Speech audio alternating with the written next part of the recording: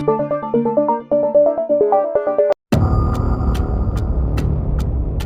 pelecehan seksual yang terungkap di sebuah panti asuhan di daerah Tangerang mengejutkan banyak pihak. Puluhan anak yang seharusnya mendapatkan perlindungan di sana, justru mereka menjadi korban dari kekejian yang tidak terbayangkan. Pelaku yang seharusnya menjadi sosok pengayom dan pelindung malah melakukan kekerasan yang meninggalkan bekas trauma yang mendalam.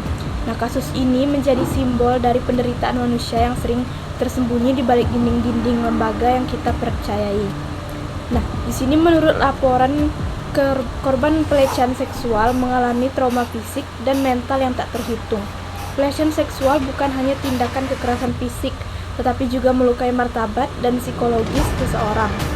Anak-anak di sini harus menghadapi penderitaan yang berkepanjangan, dan banyak dari mereka yang mungkin kehilangan kepercayaan terhadap orang dewasa dan dunia di sekitarnya.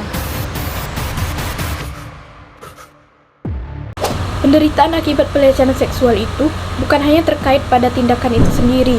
Trauma yang ditinggalkan seringkali mengiringi korban sepanjang hidup mereka.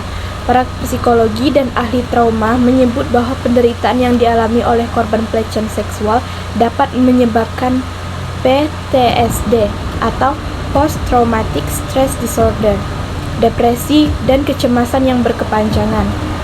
Anak-anak yang menjadi korban seringkali merasa bersalah, merasa terisolasi, bahkan takut untuk menceritakan pengalaman mereka.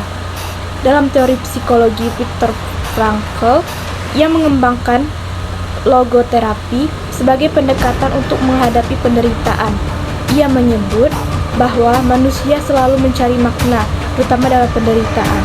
Namun, dalam kasus pelecehan seksual, anak-anak yang belum siap mentalnya untuk memahami situasi ini seringkali terjebak dalam lingkaran rasa bersalah, ketakutan, kebencian terhadap diri mereka sendiri. Mereka membutuhkan dukungan psikologis dan lingkungan yang aman untuk membantu mereka memulihkan diri. Penderitaan telah lama menjadi bagian dari narasi manusia dalam berbagai agama dan filsafat. Dalam ajaran Buddha, contohnya, penderitaan adalah salah satu kenyataan hidup yang harus dihadapi oleh setiap manusia. Penderitaan ini dihubungkan dengan konsep dukkha, ketidakpuasan, rasa sakit, dan ketidakkekalan. Kasus pelecehan seksual pada anak-anak di Panti Asuhan Tangerang mengingatkan kita bahwa penderitaan itu bisa datang dari luar diri kita sendiri, dari tangan orang lain yang menyalahgunakan kekuasaan. Sementara itu, dalam tradisi Kristen, penderitaan sering dikaitkan dengan ujian iman. Namun, penderitaan yang seperti dialami oleh anak-anak ini tidak bisa dibiarkan menjadi beban yang mereka tanggung sendiri. Ajarkan kasih dan keadilan yang harus ditegakkan. Masyarakat dan pemerintah harus turun tangan untuk memberikan keadilan kepada para korban dan menghapus penderitaan yang sedang mereka alami.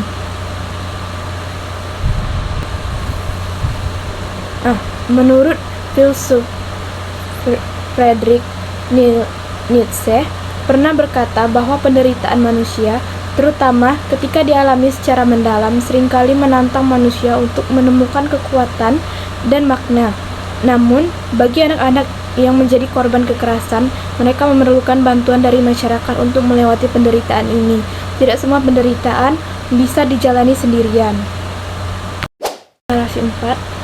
Kasus pelecehan seksual di Panti Asuhan Tangerang menjadi pengingat bahwa kita sebagai masyarakat memiliki tanggung jawab besar untuk melindungi yang lemah, terutama anak-anak.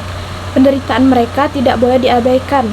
Pemerintah dan aparat hukum harus bertindak tegas untuk menghukum pelaku kejahatan dan memastikan bahwa lembaga-lembaga yang seharusnya melindungi anak-anak tidak menjadi tempat yang berbahaya.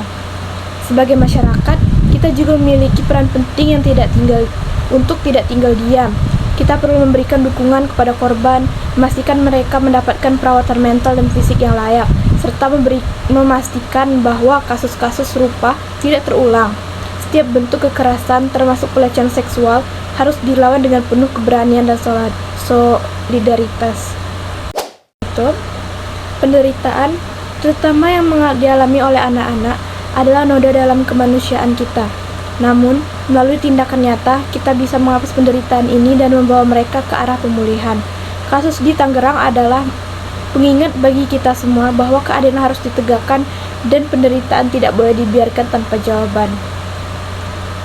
Sekian, terima kasih. Baik, sekian terima kasih telah menyaksikan video ini. Jika Anda peduli terhadap kasus ini dan ingin membantu korban, pastikan untuk menyuarakan keadilan dan mendukung mereka yang membutuhkan. Saya akhiri, wabillahi taufiq wal hidayah. Wassalamualaikum warahmatullahi wabarakatuh.